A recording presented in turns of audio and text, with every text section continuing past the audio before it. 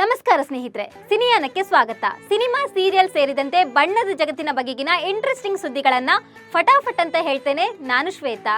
ನೀವು ಸುದ್ದಿಯಾನದ ಸಬ್ಸ್ಕ್ರೈಬರ್ ಆಗೋದಿಕ್ಕೆ ಮರಿಬೇಡಿ. ಬಾಲಿವುಡ್ನ ನಿರ್ದೇಶಕ ನಿತೀಶ್ ತಿವಾರಿ ರಾಮಾಯಣ ಕಥೆ ಆಧರಿಸಿ ಸಿನಿಮಾ ಮಾಡಲು ಮುಂದಾಗಿದ್ದಾರೆ. ರಾಮಾಯಣ ಸಿನಿಮಾ ಮಾಡಲು ಈಗಾಗಲೇ ಎಲ್ಲ ತಯಾರಿ ಕೂಡ ಮಾಡಲಾಗಿದೆ. ಇನ್ನೇನು ಕೆಲವೇ ದಿನಗಳಲ್ಲಿ ರಾಮಾಯಣ ಸಿನಿಮಾದ ಶೂಟಿಂಗ್ ಕೂಡ ಆರಂಭವಾಗಲಿದೆ ಅಂತ ಹೇಳಲಾಗ್ತಿದೆ. ಈ ಬೆನ್ನಲ್ಲೇ ಚಿತ್ರದಲ್ಲಿ ನಟಿಸುತ್ತಿರುವ ಪ್ರಮುಖ ಕಲಾವಿದರು ಸಾರ್ವಜನಿಕವಾಗಿ ಕಾಣಿಸಿಕೊಳ್ಳೋದನ್ನ ನಿರ್ಬಂಧಿಸಲಾಗಿದೆ ಅಂತ ಹೇಳಲಾಗ್ತಿದೆ.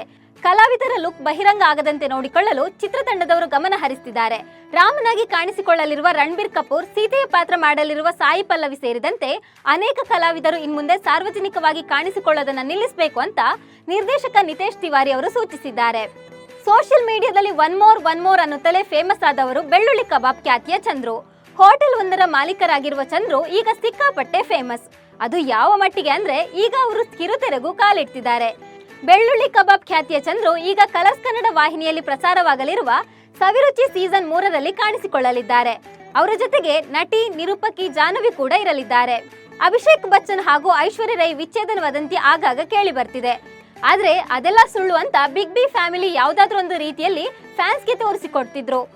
ಇದೀಗ ಬಚ್ಚನ್ ಕುಟುಂಬದ ಮತ್ತೊಂದು ವಿಡಿಯೋ ವೈರಲ್ ಆಗಿದೆ. ಐಶ್ವರ್ಯ ರೈ ಹಾಗೂ ಅಭಿಷೇಕ್ ಬಚ್ಚನ್ ಮನೆಯಲ್ಲಿ ಹೋಳಿ ಹಬ್ಬ ಆಚರಿಸಲಾಗಿದೆ. ಬಚ್ಚನ್ ಕುಟುಂಬದ ಎಲ್ಲರೂ ಈ ಸೆಲೆಬ್ರೇಷನ್ ನಲ್ಲಿ ಭಾಗಿಯಾದ್ರು.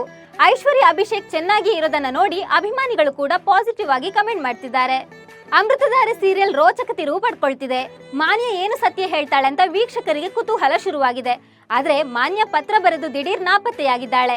ಮತ್ತೊಂದೆಡೆ ಡುಮ್ಮು ಸರ್ಗೆ ಭೂಮಿಕಾ ಮೇಲೆ ಲವ್ ಆಗಿದೆ. ಭೂಮಿಕಾಗೆ ಆಲ್ರೆಡಿ ಗೌತಮ್ ಮೇಲೆ ಪ್ರೀತಿ ಶುರುವಾಗಿತ್ತು. ಇದೀಗ ಕೋಟ್ಯಾಧಿಪತಿ ಗೌತಮ್ ಭೂಮಿಕಾಗೆ ತನ್ನ ಪ್ರೀತಿಯನ್ನು ಹೇಳಿಕೊಳ್ಳಲು ಒದ್ದಾಡುವ ಸನ್ನಿವೇಶ ವೀಕ್ಷಕರಿಗೂ ಇಷ್ಟವಾಗ್ತಿದೆ.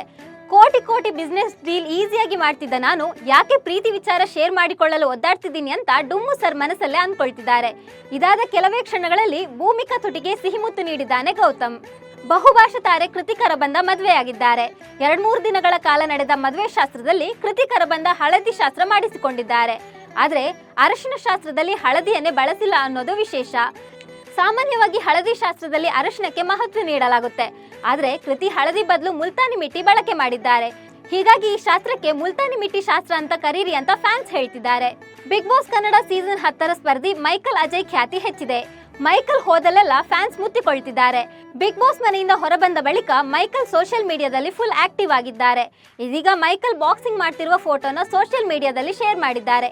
ಈ ಫೋಟೋನ ಫ್ಯಾನ್ಸ್ ಸಖತ್ ಇಷ್ಟಪಟ್ಟಿದ್ದಾರೆ. ಲಕ್ಷ್ಮೀ ನಿವಾಸ ಸೀರಿಯಲ್ ನಲ್ಲಿ ಮದುವೆ ಸಂಭ್ರಮ ಮನೆ ಮಾಡಿದೆ.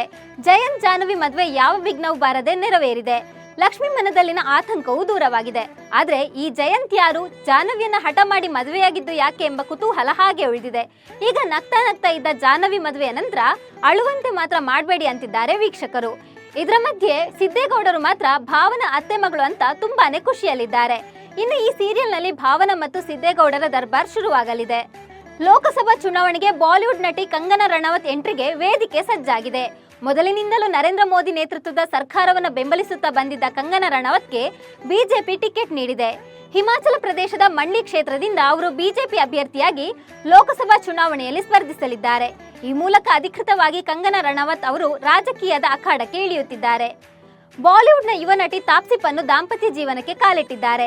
ತಾಪ್ಸಿ ಪನ್ನು ತನ್ನ ದೀರ್ಘಕಾಲದ ಗೆಳೆಯ ಮತ್ತು ಬ್ಯಾಡ್ಮಿಂಟನ್ ಆಟಗಾರ ಮಥಿಯಾಸ್ ಬೋಯ್ ಅವರನ್ನ ಮಾರ್ಚ್ 23ರಂದು ಉದಯಪುರದಲ್ಲಿ ವಿವಾಹವಾಗಿದ್ದಾರೆ. ಮದುವೆಯಲ್ಲಿ ಆಪ್ತ ಸ್ನೇಹಿತರು ಮತ್ತು ಕುಟುಂಬದವರು ಮಾತ್ರ ಭಾಗವಹಿಸಿದ್ದಾರೆ. ಇವಿಷ್ಟು ಸಿನಿಯಾನದ ಹೈಲೈಟ್ಸ್. ಇನ್ನು ನೀವು ನಮ್ಮ ಸುದ್ದಿಯಾನ ಚಾನೆಲ್ನಲ್ಲಿ ಜಾಹೀರಾತು ನೀಡಬಹುದು. ಜಾಹೀರಾತು ನೀಡಲು 9110295814 ನಂಬರ್ಗೆ ವಾಟ್ಸ್ಆಪ್ ಮಾಡಿ. ನಿಮ್ಮ ಪ್ರೀತಿ ಪಾತ್ರರಿಗೆ ಸುದ್ದಿಯಾನ ಜೊತೆಗೆ ಶುಭ ಕೋರಿ. ನಮಸ್ಕಾರ.